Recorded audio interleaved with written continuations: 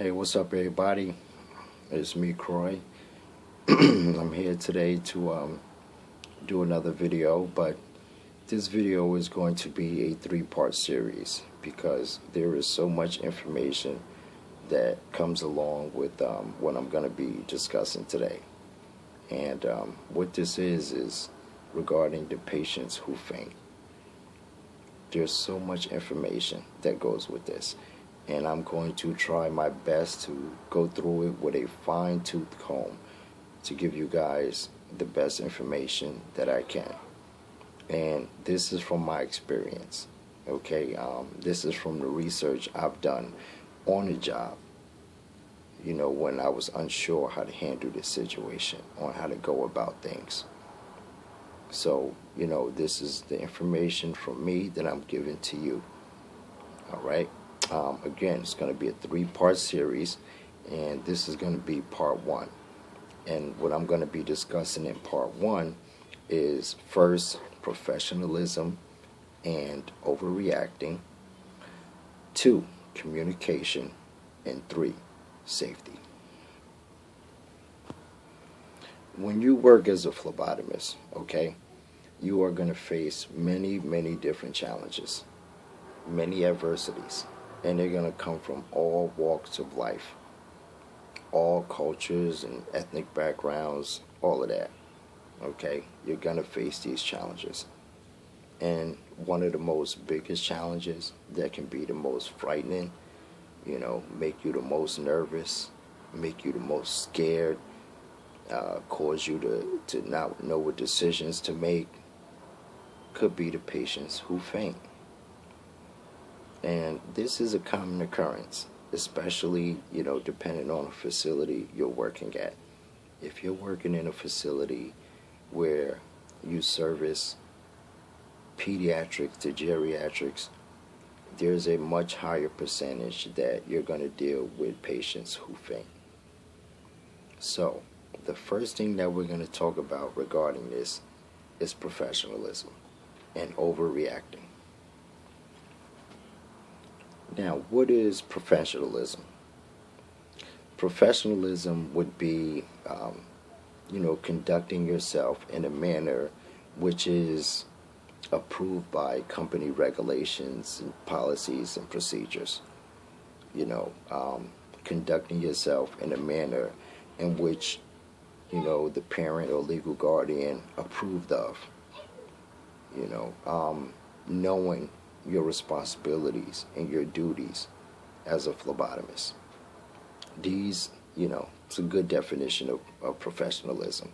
There's more, but that pretty much covers it.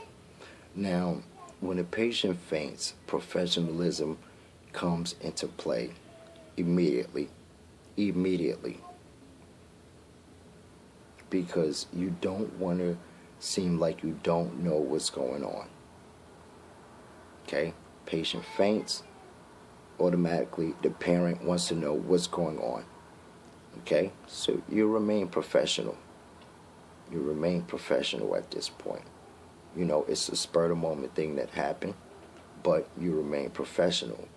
And you would know what to do or what to say when that time comes, if that time comes. Just know how to conduct yourself. Okay? Don't lose focus. Know that you are a professional, and that parent, that legal guardian, that patient, even after the patient fainted, is looking to you for advice, for information. So remain professional. Okay? Don't lose focus. Don't lose sight of who you are. You are still a phlebotomist. You still have responsibilities. You still have duties. You still have to conduct your job and your responsibilities within the scope of practice. Remember that, professionalism. Next, overreacting. Now, this may happen to a phlebotomist who's been on a job for a week and the patient faints. Or it can happen to a phlebotomist who's been on the job for 3 years and they overreact. And what is overreacting?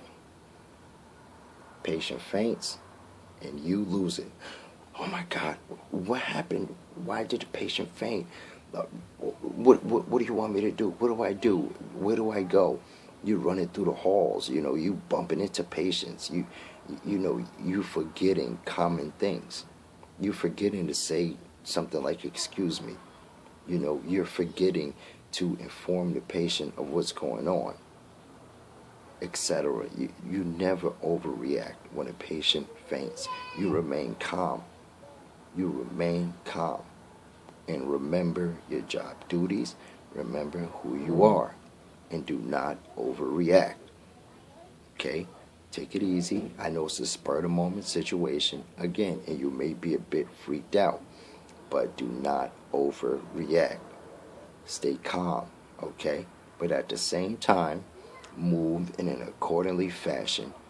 Okay? Where we can get this patient back to feeling 100%. Do not overreact. That is one of the worst things that can be done, when you overreact when a patient faints, because you are going to scare the heck out of that parent or that legal guardian.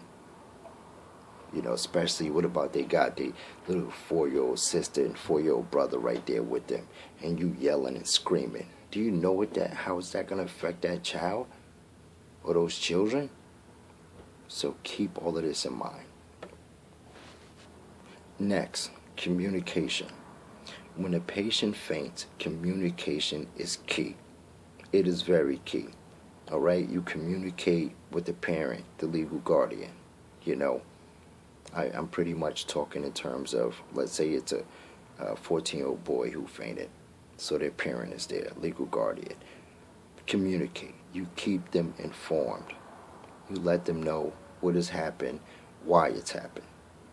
Okay? If the patient faints and the mother says, excuse me, why did my son just faint? And if you say something like, I don't know, it just happened. What? You don't know, just happened. You don't want to, please don't ever say anything like that. Don't ever say anything like that. Okay?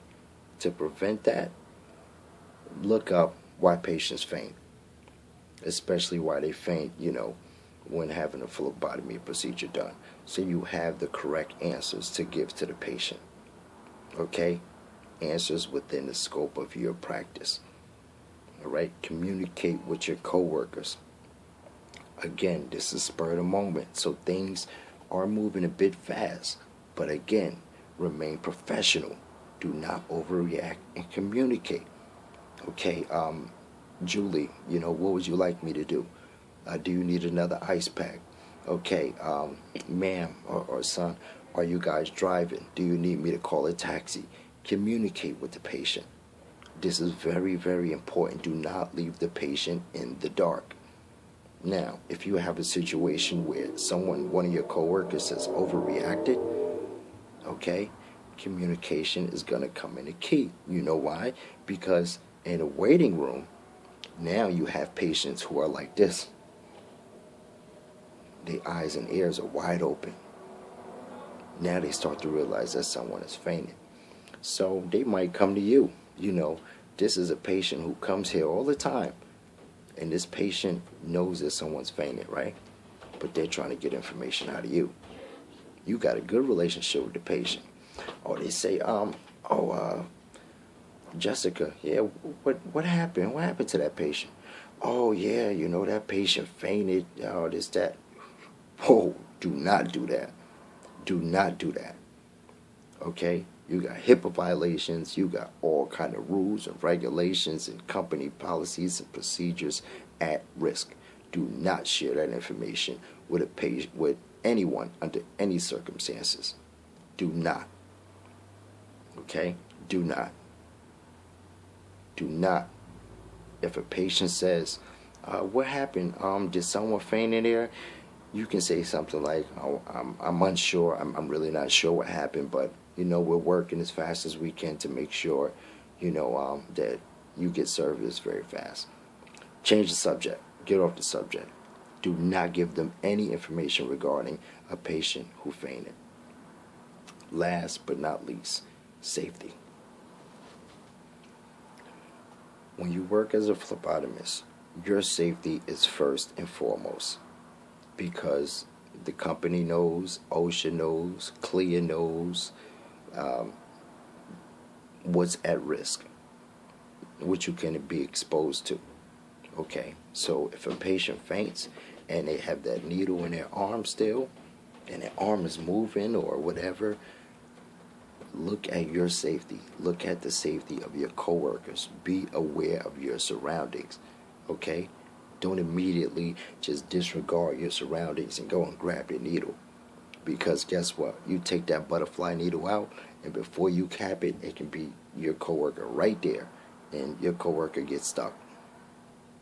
So be aware of your surroundings, and your safety is first and foremost. Yes, you are responsible for that patient. That patient is your responsibility. Regardless if a patient fainted or not, your safety is first and foremost. Okay? Not to say you're disregarding this patient who fainted. No, but you have to ensure your safety, your coworker's safety. Okay? Again, it's spur of the moment. You're moving fast, but you have to be considerate and understand safety issues. Okay? Safety is very, very important. You want to look after the safety and make sure that this patient is fine. But guess what? You want to make sure that you're safe, you're fine, your coworkers are safe, they're fine. Safety, very important. That's the end of part 1. Next will be part 2.